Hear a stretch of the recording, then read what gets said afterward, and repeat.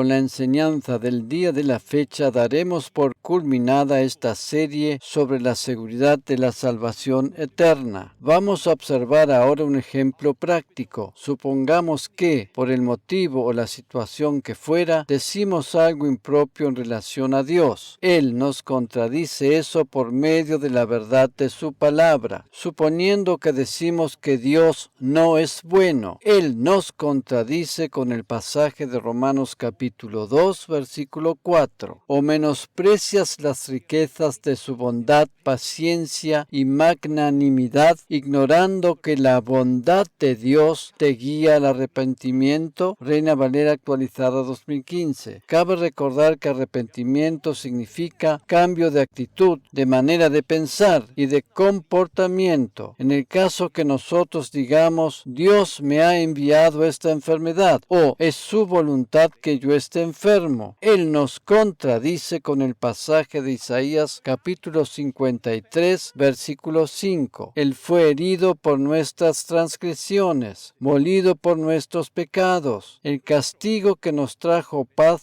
fue sobre Él, y por sus heridas fuimos nosotros sanados. Reina Valera actualizada 2015. Dios nos contradice constantemente por medio de su palabra, porque nosotros constantemente decimos cosas que no corresponden. En resumidas cuentas, el principio divino funciona de la siguiente manera. Dios da respuestas espirituales a nuestras declaraciones, las cuales no son siempre demasiado acertadas debido a que se originan en las emociones del alma. Como ya hemos visto en otras oportunidades, los sentimientos y emociones que se anidan en el alma son fluctuantes e inestables. Por esa razón, Dios nos estabiliza por medio de la verdad de su palabra. Cuando decimos soy débil o no tengo fuerza, Él nos contradice con pasajes tales como Él da fuerzas al fatigado y al que no tiene fuerzas aumenta el vigor. Isaías capítulo 40 versículo 29. Biblia de las Américas. Todo lo puedo en Cristo que me fortalece. Filipenses capítulo 4 versículo 13. Reina Valera actualizada 2015. Cuando las emociones del alma nos dominan, tendemos a tambalear en la fe. Por esa razón, lo único que nos concede estabilidad y firmeza es la verdad de la palabra de Dios. Por otra parte, aun cuando pasamos por medio de dificultades o dolores, no tenemos que verlo como algo negativo necesariamente, sino como una oportunidad para recibir guía y sanidad, además de ser fortalecidos en la fe. Volviendo a considerar la situación de Pedro en aquella oportunidad, tenemos que entender que él se encontraba bajo la presión de la gente y por lo tanto estaba turbado mentalmente. En ese momento, su libre albedrío no era tan efectivo como en otras oportunidades. Cuando se está bajo una presión tan grande, la propia voluntad está condicionada y se suelen tomar decisiones erróneas. Para Dios, lo único que cuenta es que el ser humano pueda tomar decisiones por su propia voluntad.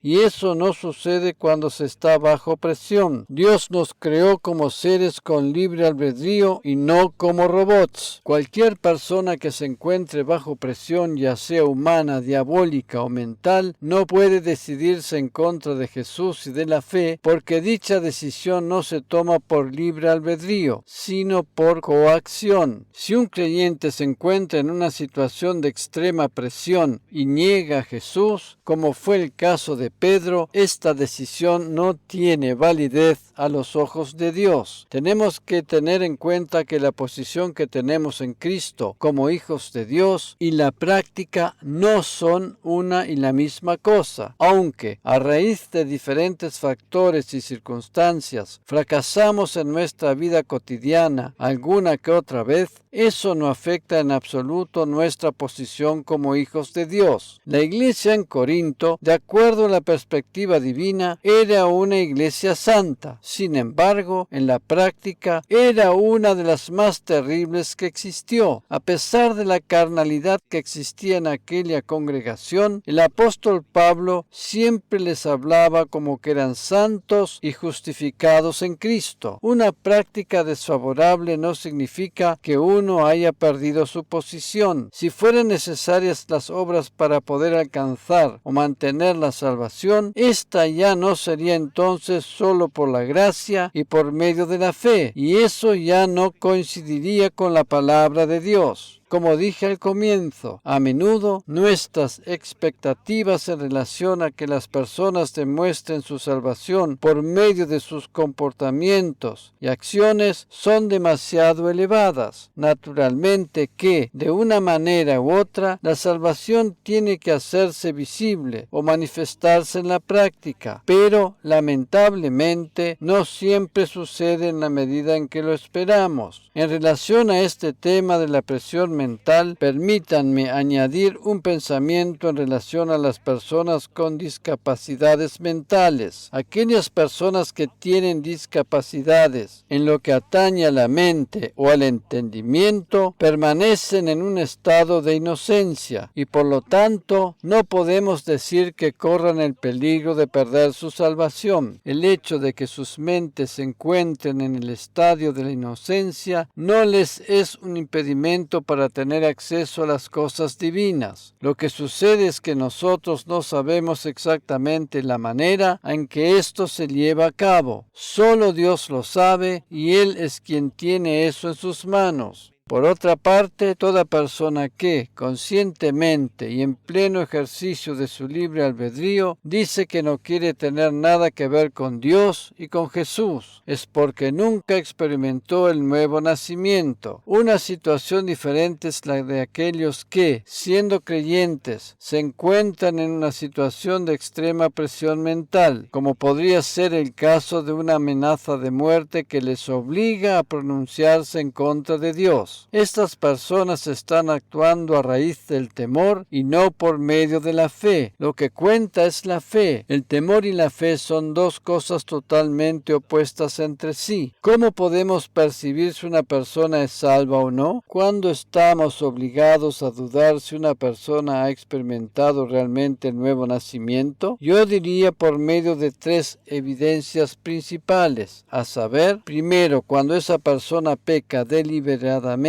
sin importarle nada. Aquí tenemos que hacer una aclaración. Todos nosotros, los creyentes, pecamos una y otra vez, aún después de haber recibido la salvación eterna. Pero la gran diferencia con aquellos que no son salvos es que nosotros no deseamos pecar, y mucho menos lo hacemos deliberadamente. Como creyentes, cada vez que fallamos o pecamos, nos damos cuenta de inmediato que, en esa oportunidad, no hemos acertado el blanco, y eso nos pone tristes porque no deseamos hacerlo. Pecamos y fallamos porque el alma no ha sido renovada como el espíritu. Esta tiene que ser cambiada poco a poco por medio del lavado del agua de la palabra de Dios, y este es un proceso que se extiende hasta el final de nuestros días sobre la tierra. De todas maneras, y a pesar de nuestras caídas y fallos, jamás lo hacemos a propósito. Segundo, cuando la persona expresa un consentimiento intelectual en relación a Dios y en especial a la persona de Jesús. Muchas veces sucede que cuando hablamos con una persona acerca de la fe y la salvación eterna, ésta siente simplemente para conformarnos. Esa persona no cree realmente ni acepta el Evangelio, sino que expresa algo de la boca para afuera que tiene que ver más con un conocimiento intelectual que con la fe. Podríamos decir que esa persona conoce a Jesús como un personaje histórico, pero no tiene una revelación de él como Salvador. Tercero, cuando lo que dice tal persona no coincide con lo que dice la palabra de Dios. Si una persona se da a conocer como creyente y dice haber experimentado el nuevo nacimiento, pero no acepta las verdades básicas y fundamentales de la palabra de Dios, Dios no es realmente renacida. Ya hemos visto algunos casos en enseñanzas anteriores de esta misma serie. Ninguno de nosotros tenemos que tener temor o dudar si pertenecemos a cualquiera de estos tres grupos anteriormente mencionados, porque no deseamos pecar deliberadamente y amamos la verdad de la palabra de Dios.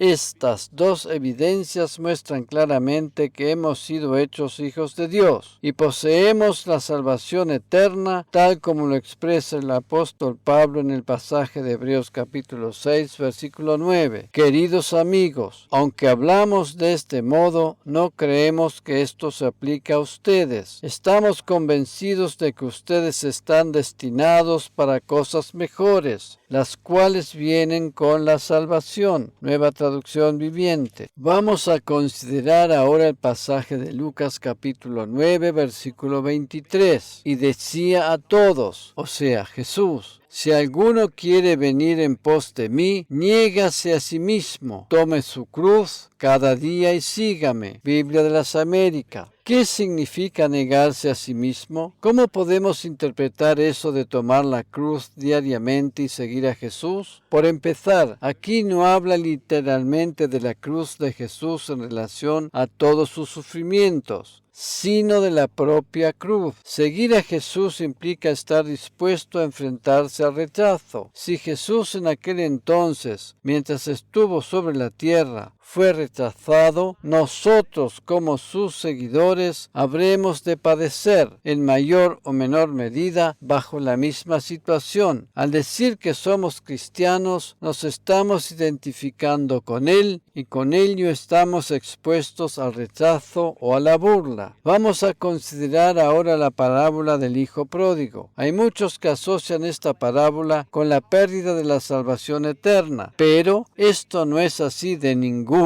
manera. Al hablar de esta parábola tenemos que considerar también las otras dos a las que se refirió Jesús, ya que las tres tienen que ver entre sí y tienen un denominador común. En Lucas capítulo 15 encontramos la parábola de la oveja perdida, la de la moneda perdida y la del hijo pródigo. Jesús refirió estas tres parábolas para explicar la actitud de Dios frente a los pecadores y para mostrar la diferencia que existe en relación a la actitud de los fariseos y religiosos de aquel tiempo frente a los mismos. Pero estas de ninguna manera se refieren a los creyentes. Observemos simplemente cómo comienza el capítulo. En Lucas capítulo 15, versículos 1 al 3, leemos: todos los recaudadores de impuestos y los pecadores se acercaban a Jesús para oírle, y los fariseos y los escribas murmuraban, diciendo: este recibe a los pecadores y come con ellos. Entonces él les refirió esta parábola, diciendo, Biblia de las Américas: Jesús estaba permanentemente rodeado de pecadores, y esto les molestaba mucho a los religiosos. Esta era la situación en el momento en que él comenzó a referir las parábolas. Él no les estaba hablando a los creyentes, ni se refería a ellos como que fueran los que se hayan perdido. Lo que Jesús estaba tratando de explicar con estas parábolas era la situación en la que se encuentra aquella persona que no ha aceptado la salvación, o sea, que es pecadora y todavía no ha llegado a la fe. En relación a la parábola del hijo pródigo, quien después